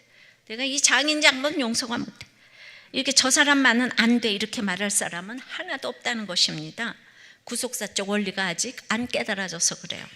억울할수록 하나님의 뜻이 점점 드러나게 되는데 요셉이 왜 자기 꿈을 생각하지 않았겠습니까? 그런데 우리는 예수를 믿어도 밤낮 육적인 꿈밖에 모릅니다. 그때 11별이 나한테 절을 했어. 그러니까 내가 뭐 대통령이 되는 거 아니야? 근데 나도 어렸을 때 꿈 꿨어. 그런데 총리가 되는 꿈, 왜 아직 총리가 안 되는 거지? 우리 딸이 영부인이 된다고 그랬는데 왜 아직 안 되는 거야? 이렇게 육적인 꿈으로밖에 해석이 안 되니까 예수를 믿어도 꿈이 이루어지지 않았다고 원망하고, 그 다음에 또 자기가 이루어졌다고 생각하는 이런 거. 드디어 내가 동서에게 복수했어. 우리 애가 서울대 갔잖아 이러면서 좋아합니다. 요셉의 꿈도 그렇지만 이 세상의 모든 꿈과 비전은 말이죠, 메시아 죽인 것으로 끌고 가지 않으면 다 동화에 불과합니다. 마찬가지로 우리가 지금부터 우리 아이들한테 꿈과 비전을 넣어주어야 하는데, 십자가를 통과하지 않은 꿈과 비전은 다 동화입니다. 이기고 이겨서 세상에서 잘 되는 거. 교회에서도 이것을 가르치게 되면 이게 교회와 세상과 다름이 없는 거예요. 그것을 요셉에게 알기 위해서 형들이 수고를 했습니다. 요셉이 십자가를 건넜습니다. 그냥은 안 됩니다. 하나님을 아직 못 만나 화해가 안 되고 다들 원망 가운데 살아갑니다. 내가 하나님 만난 사랑이 너무나 절절하다면 우리 집안 구원을 위해서 내가 총리가 됐어. 내가 총리가 된 것은 형님들이 나를 팔아먹었기 때문에 총리가 된 거예요. 내가 당신이 나를 핍박해 주었기 때문에, 바람을 피웠기 때문에 내가 예수를 만났어요. 그러니까 당신이 나 때문에 너무 수고를 했어요. 이러면 이게 화해가 되는 거예요. 근데 아직 내가 너무 촛불인데 이 태양을 만나지 못했기 때문에, 그게 촛불의 세상에서 태양이 이해가 안 되기 때문에 너 죽고 나 죽고 맨날 이러는 것이죠. 옛날 얘기를 하면서 나는 피해자다, 용서할 수 없다, 이것만 부르짖고 있다면 신앙 고백이 없거나 아픈 것 둘 중에 하나입니다. 내가 달려갈 길과 주 예수께 받은 사명 곧 하나님의 은혜의 복음을 증언하는 일을 마치려 하면은 나의 생명제차 조금 더 귀한 것으로 여기지 아니하노라. 이렇게 관심이 늘 구원에 있게 하기 위해서 이제 내가 다른 사람들을 구원하라고, 나를 구원해 주는 것이지, 식구 우상주의에 빠져 있으라고, 나 잘 먹고 잘 살라고 나를 예수 믿게 해주는 것은 아니라는 거예요. 오직 영육간에 나에게 축복을 주시는 이유는 다른 사람들의 구원을 위해서, 그래서 이 비밀을 알게 하기 위해서 나의 사건이 걸어오고 걸어가는 것입니다. 요셉의 환난으로 인해 혈기 많은 형들이 변해가고, 못된 형들도 착한 요셉도 12지파의 한 부분을 차지했을 뿐입니다. 그러니까 나의 사건을 해석을 잘해서 돌아보지도 말아야 할 이 아픔을 털어버리고 가기 바랍니다. 어떤 보고서 보니까 목사님은 진짜 이 샴푸 사건이 왜 일주일 만에 여전한 방식으로 예배를 드리면서 이렇게 끊임없이 적용해야 할 문제는 천국 가는 그날까지 끝없는 용서와 화해의 적용이 아닐까 합니다.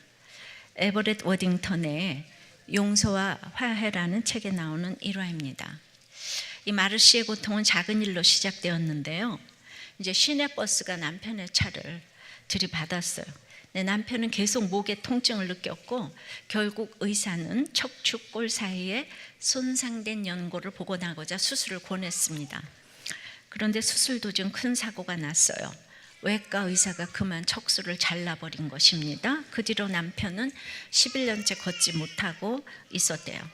남편의 부상은 마르시와 두 자녀에게 큰 짐이 되어서 마르시는 이 부주의한 버스기사와 목 수술을 권한 의사와 사고를 낸 외과 의사를 매일 저주했습니다.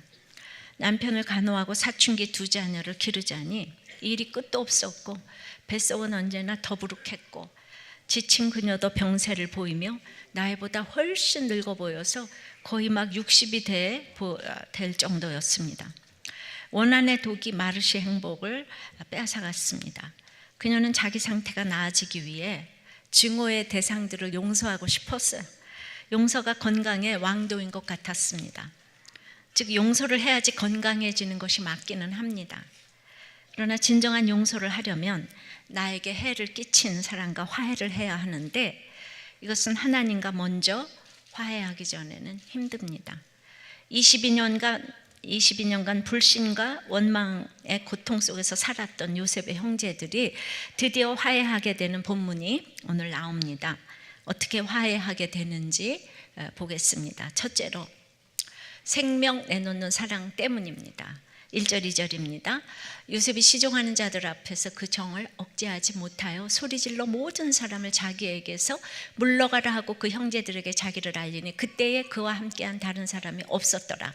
요셉이 큰 소리로 운이 애굽 사람에게 들리며 바로의 궁중에 들리더라.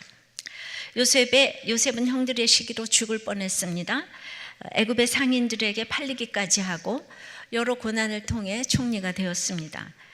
기근을 만난 형제들이 곡식을 사러 애굽 땅에 와서 22년 만에 만나게 되었습니다. 이 본문 이전에 두 번이나 그 형제들 만났을 때는 울었지만 가까스로 숨겼어요. 근데 요셉이 형들을 생각하는 따뜻한 배려 때문에 그 상황에도 형들의 비리가 노출될까 봐 다른 사람들을 물러가라고 했을 것입니다. 그러나 그 모든 것을 의식할 수 없을 정도로 이제 큰 소리로 울게 됐어요. 무엇인가 상처가 해결되려면 여러 번의 눈물이 필요한 것 같습니다. 방성대고까지 가고 애굽 사람에게 들리고 바로의 궁중에까지 들릴 정도로 드러내십니다. 평소에 자기 절제가 엄한 요셉이 큰 소리로 우니 얼마나 놀랐겠습니까? 이제 바로의 궁중에까지 들리게 된 것이 불가항력적인 일이 되어서 바로에게 오픈이 되었습니다. 나의 숨은 어떤 것이 드러나야만, 또 자기가 가장 어렵게 여기는 바로 왕의 궁중에까지 들리게 되는 것 같아요. 오픈은 이렇게 할 때 모두를 살리고 화해할 수 있는 것입니다. 그런데 요셉이 왜 이렇게 방성대곡을 했을까요? 그 이전에 44장에 그 내용이 다 나와 있지만은 유다의 그 생명 내놓는 사랑의 변론에 감동을 했기 때문입니다. 32절부터입니다.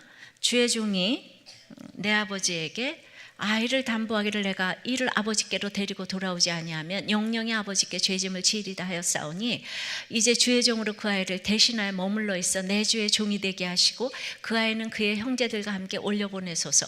그 아이가 나와 함께 가지 아니하면 내가 어찌 내 아버지에게로 올라갈 수 있으리까? 그 아이가 두렵건대 제 애가 내 아버지에게 미침을 보리이다. 이 44장에 변론을 하면서 아버지가 14번, 아이 베냐민이 22번 이렇게 나왔습니다. 야곱이 요셉을 편애할 때 굉장히 증오심을 가졌었는데 유다가 이제는 아버지를 이해하고 또 베냐민과의 그 지독한 사랑을 이해하게 됐습니다. 그래서 자기를 희생하면서까지 베냐민을 지금 지키고자 합니다. 베냐민은 23살 정도 되는 청년이고 유다는 45살인데 아버지 야곱을 아이와 같이 생각하고 또 가진 정성을 다 쏟아 아버지를 설득하고 요셉을 지금 설득했습니다. 유다는 요셉을 팔자고 제안한 사람이었습니다. 이전에는 아버지가 요셉을 그리도 사랑하는 감정에 대해서 생각도 안 했을 뿐 아니라 복수하는 감정까지 있었습니다. 그렇지만 그들은 22년 동안이나 아버지의 슬픔을 보아왔어요. 아버지가 잘나서가 아니라 아버지도 헤어나오지 못하는 그 차별적인 사랑에서 막 건지고 싶은 거예요. 우리 모두 무엇인가에서 헤어나오지 못하는 각자의 식구들이 있습니다. 잘나서가 아니라 이제 그들을 위해서 내 자신을 내어주는 방법 외에는 길이 없다는 것을 유다가 알았습니다. 유다가 야곱이 유다를 사랑했다는 얘기가 없어요. 정말 야곱이 깨빡치고 있어요. 그런데도 예수님 만난 유다가 조건 없이 아버지를 이렇게 끔찍이 사랑합니다. 아버지를 사랑하니 아버지가 자신보다 더 베냐민을 사랑하는 것까지 용납하게 됐어요. 아버지의 연약함을 불쌍히 여기고 껴안았습니다. 야곱은요 평생 라헬과 요셉과 베냐민만 끔찍이 사랑했습니다. 그렇지만 진짜 사랑은 예수 사랑이 들어간 유다에게서 받는 것을 보게 됩니다. 이 모든 일에 즉 베냐민을 두고 가라는 말에 형들을 시험했을 때 그 자루에서 베냐민 자루에서 은잔이 나왔죠. 그래서 베냐민 두고 가라고. 이 말에 맏아들 르벤은 일체 말이 없습니다. 수치를 지독히도 받았던 영적인 아들 유다가 아버지도 설득하더니 이번에도 나선 것입니다. 유다의 생명을 내고 진실한 이 변론은 도무지 하나님을 만난 자가 아니면 안 되는 고백입니다. 자기 아이를 가진 자기 며느리를 자기보다 옳다고 인정한 고백입니다. 말로는 설명이 안 되는 자기 부인이 생겼고 그 자부를 자기보다 옳다고 했는데 이 세상에 감당 못할 사람이 누가 있겠습니까? 무시할 그 누가 있겠습니까? 살아도 죽어도 주를 위하여가 저절로 되고 그 누구도 주께 인도하고자 하는 열망이 생긴 것입니다. 유다의 자기를 버리는 사랑은 그 후로 아버지와 요셉 다 설득하며 형제들의 대화합을 이루어내며 하는 일마다 하나님의 편을 들어주시니까 결국 예수님까지 이 가문에서 오게 되었습니다.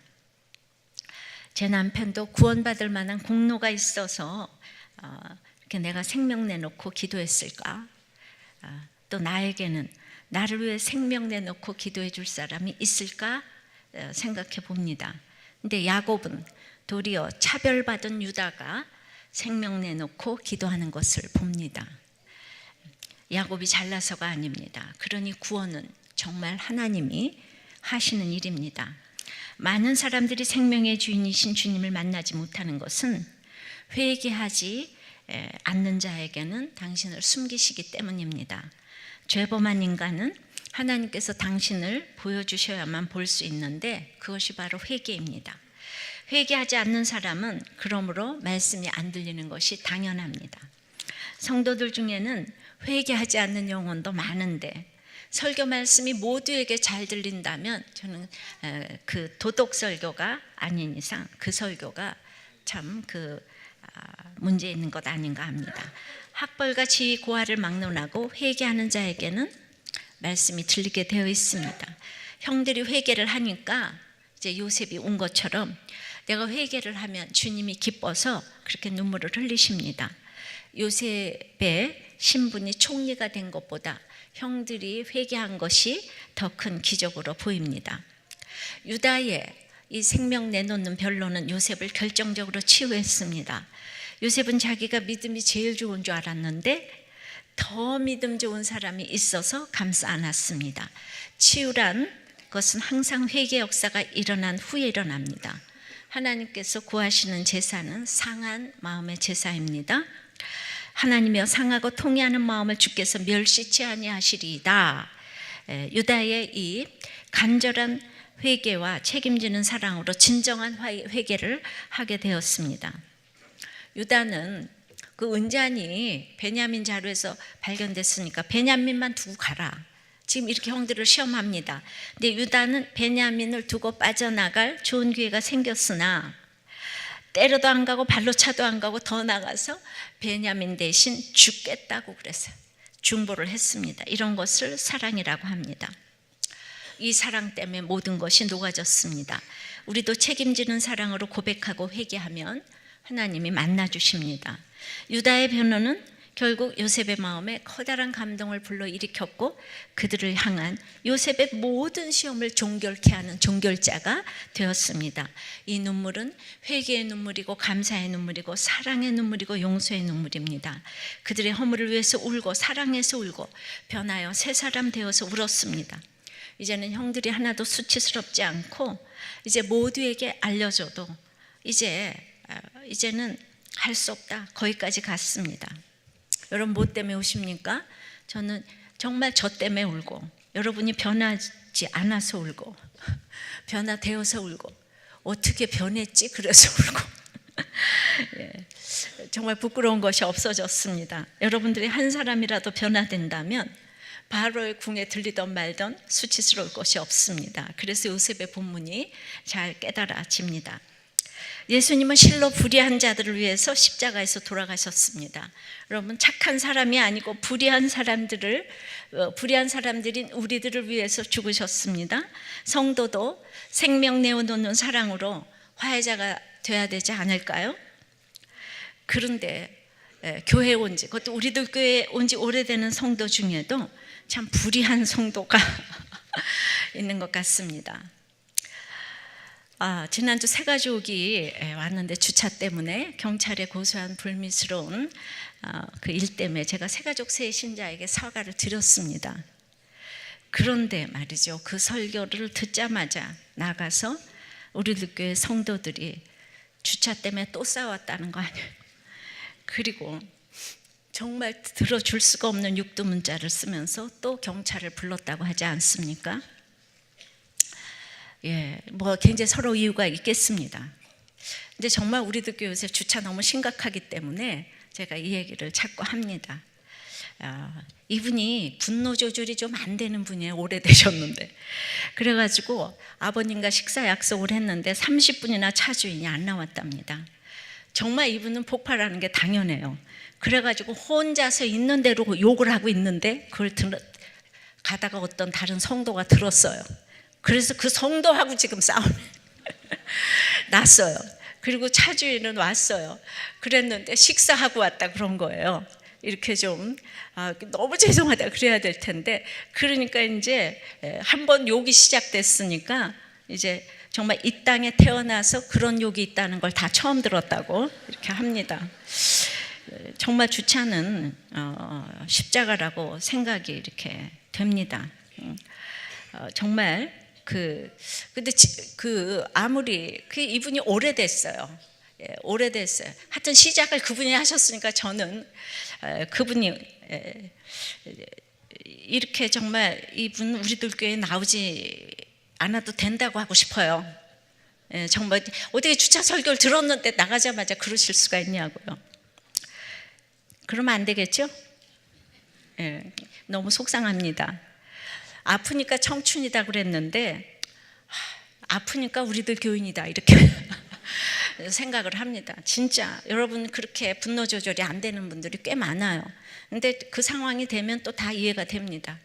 그럴 때마다 오죽하면 우리들 교회 왔겠나 이렇게 생각하세요. 아프니까 우리들 교회 교인이다. 이렇게 이 사람만은 안 되라고 생각되는 사람들이 곳곳에 있습니다.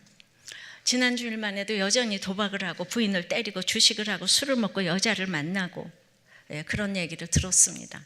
목자님들 중에서도 그런 분이 있다고 들었어요. 하여튼 주차도 목자 부목자가 제일 말을 안 듣는다고. 그렇게 특별히 또 정말 남자보다는 여자들이 말을 안 듣는다고. 여자 때문에 주차가 진짜 다 안 된다고. 여러분 여자들 공주 아닙니다.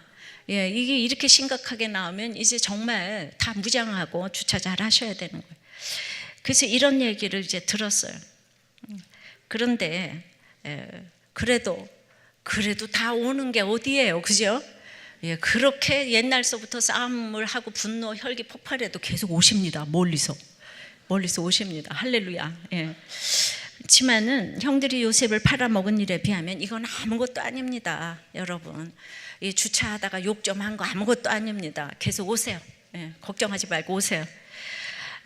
이 형들과 요셉이 변하여 화해했다면 우리가 누군가의 생명 내놓는 사랑 때문에 지금 이 말했던 모든 분들도 변화될 것이라고 믿습니다.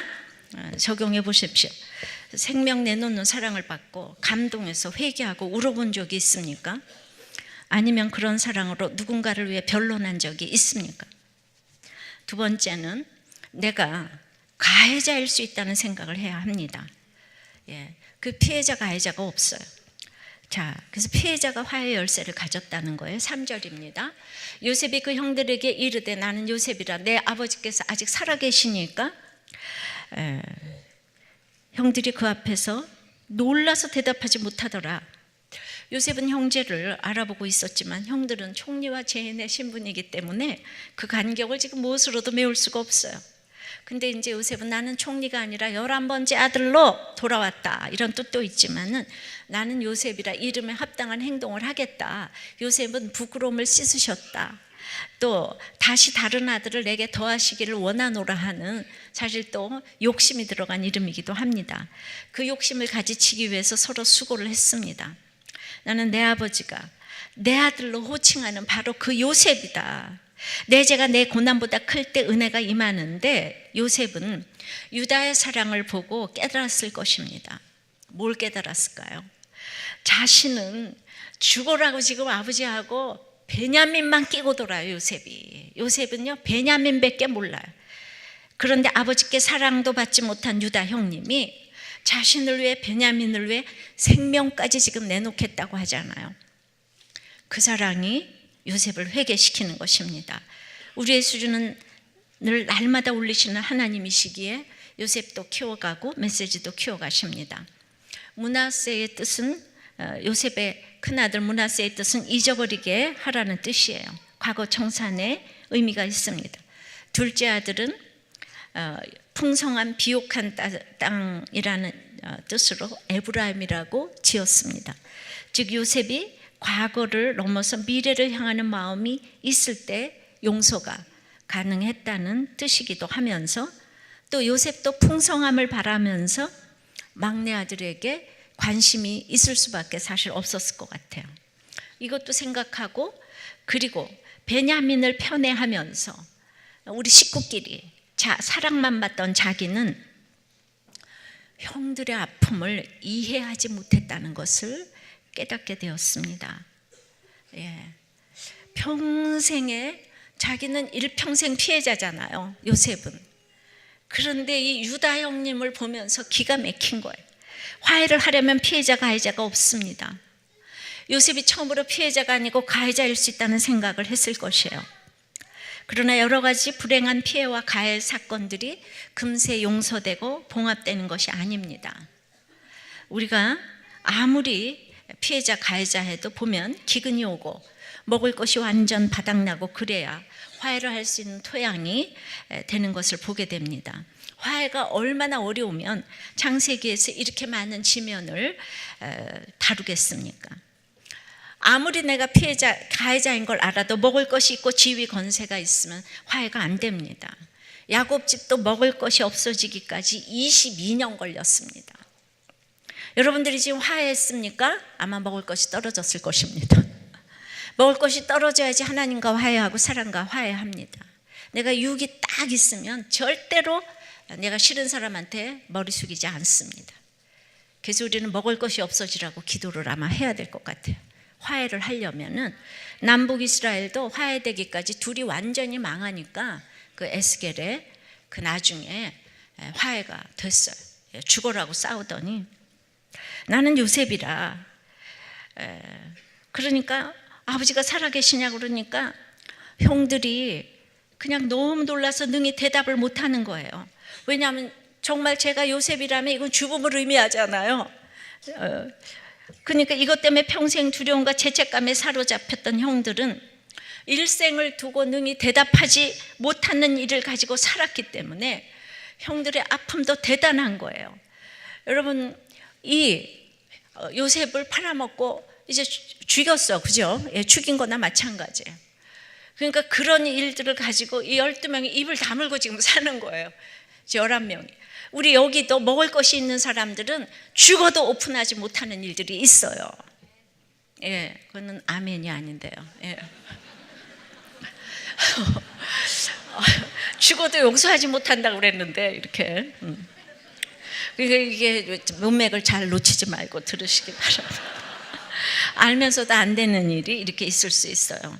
근데 지금도 그러니까 그래서 오픈에 대해서도 생각을 많이 하는 거예요. 이 기가 막힌 죄를 오픈을 못 하는 거예요. 그러니까 여러분들이 하는 오픈들이 쉬운 것 같아도 보통 어려운 오픈을 하는 게 아닙니다. 그러니까 지금도 요셉이 먼저 나는 요셉이라 밝혀주고 있어요. 형들처럼 입이 안 떨어져 가지고 말을 못하는 것이 있을 수 있습니다. 그러니까 4절에 요셉이 형들에게 이르되 내게로 가까이 오소서. 그들이 가까이 가니 가로되 나는 당신들의 아우 요셉이니 당신들이 애굽의 판자라. 드디어 장벽이 무너지는 순간입니다. 가까이 오소서 그랬어요. 진정한 교제는 가까이 보고 싶고 가고 싶고 있고 싶은 이런 거예요. 그런데 거리가 느껴지면 이 진정한 교제가 아닙니다. 노예와 죄인은 누구와도 가까이 지내지 못합니다. 왜냐하면 아들이 아니니까, 그죠? 요셉은 그것을 겪었기 때문에 형들의 심정을 알고 가까이 오라고 합니다. 만일 요셉이 가까이 오라고 하지 아니하였다면 결코 형들이 요셉에게 가까이 나갈 수가 없습니다. 왜냐하면 요셉이 피해자이고 게다가 능력자이고 권세자이기 때문에 먼저 다가가는 것은 요셉이어야 돼요. 유다와 형들은 문자적으로도 죄를 지었기 때문에 죄인이고 노예이기 때문에 회개만 하고 할 수 있는 일이 아무것도 없습니다. 그래서 요셉의 역할만 찬양을 받는 이유가 여기에 있습니다. 요셉은 용서하고 먹여주고 그냥 베풀어주는 좋은 역할만 했어요. 그래서 요셉이 훨씬 좋은 역할을 했기 때문에 여러분들이 다 이름을 요셉이라고 짓는 거예요. 먹여주고 입혀주고 총리가 됐기 때문에. 요즘 역할에 대해서 많은 생각을 하게 됩니다. 그러니까 물리적으로도 화해의 손을 내밀 수 있는 사람은 가진 자입니다. 열등감 많고 가진 것이 없을 때는 절대로 화해의 손을 내밀지 못합니다. 그러니까 날마다 피해자라고 생각하는 사람은 바로 그 사람이 가해자인 것을 알아야 합니다. 나는 이 피해를 누구도 보상해 주지 못해. 나는 피해자야 하며 일을 가는 이런 사람은 화해의 손을 내밀지 못합니다. 어떻게 그렇게 나에게 평생 피해만 줄 수 있어? 라고 말하는 사람은 온몸으로 가해자입니다. 그런 사람은 믿음이 있어도 전혀 손을 내밀지 못합니다. 여러분들 당한 거 많죠? 난 당신 평생 용서 못해. 내가 당한 게 얼마나 많은데 그렇게 그 당한 게 아무리 많다고 해도 입으로 계속 그런 얘기를 하고 있는 이상 그 사람이 최고의 지금 가해자 역할을 하고 있다는 걸 알아야 합니다. 실수 우리 할 수 있잖아요. 근데 그거를 평생 용서 못하고 또 들고 또 상처를 그냥 후벼파고 가해자입니다. 그런데 가해자인데 날마다 나는 죄져서 어떻게 하지? 이런 사람 이미 거기서 벗어난 사람입니다. 요셉이 하나님이 주신 꿈이 있고 그 꿈을 믿었기 때문에 이런 해석을 할 수 있었던 것이지, 하나님이 빠진다면 보통 사람들과 다를 것 없는 인간 승리에 불과한 것입니다. 그랬다면 표면적으로는 용서와 화해를 해도 주는 사람은 생색이 나고 받는 사람은 더 비참했을 것이라는 생각을 합니다. 이것이 세상의 용서입니다. 제가 제목을 용서로 하지 않은 것은 요셉은 용서할 능력이 없는 사람이기 때문입니다. 자기 죄를 깨달았을 때만 화해와 용서가 되는 것입니다. 그러니까 바람 폈다가 돌아와서 해결이 아니에요. 정말 여러분은 다 여기 예배를 와서 자기 죄를 봐야 돼요. 그래야지 진짜 용서와 화해를 할 수 있는 거예요. 누구도 할 수 있는 사람이 단 한 사람도 없어요. 우리 인생 별 인생이 없기 때문입니다. 이 서두에 에버렛 워딩턴이 용서를 연구하는 학자인데 자기 어머니가 강도에게 살인을 당했습니다. 그 충격이 해결이 안 됐습니다. 그러나 그 충격으로 용서 연구의 진정성과 열정을 불러일으켜서 결국은 많은 열매를 맺었다고 해요. 이분의 용서 프로그램에는 자기 유익 조건의 용서와 공감 기반의 용서라는 것이 있다고 해요. 즉 나의 유익을 구하기 위해 사는 용서가 있고 가해자를 공감하면서 하는 용서가 있다는 거예요.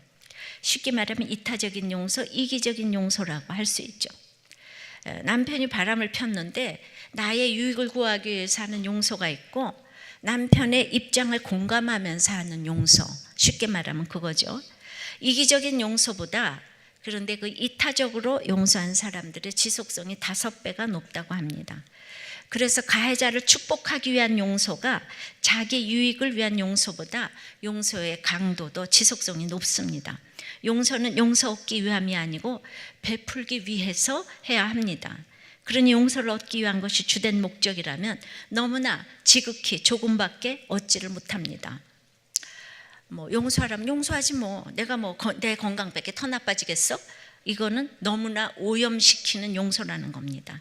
이 용서는 공기와 같아서 공기를 잡으려고 하면 지극히 너무나 조금밖에 얻지 못하지만, 내가 숨을 깊이 들이쉬면 산소도 호흡되지만 내뱉을 때 나의 온기가 다른 사람들에게까지 퍼지는 것이 다른 사람을 살리는 용서라는 것입니다. 그래서 관계가 회복되어서 협조적인 지원 세력도 될 수가 있고, 복수, 회피, 비용서, 과거의 문제를 다 벗어나서 미래의 가능성으로 가는 것이 이타적인 공감 기반의 용서입니다. 요셉이 아버지의 편애로 인해 내가 가해자일 수 있다는 이것 때문에, 이것이 이제 공감 기반의 용서가 되겠어요. 이것 때문에 아마 너무나 펑펑 울었을 것 같아요.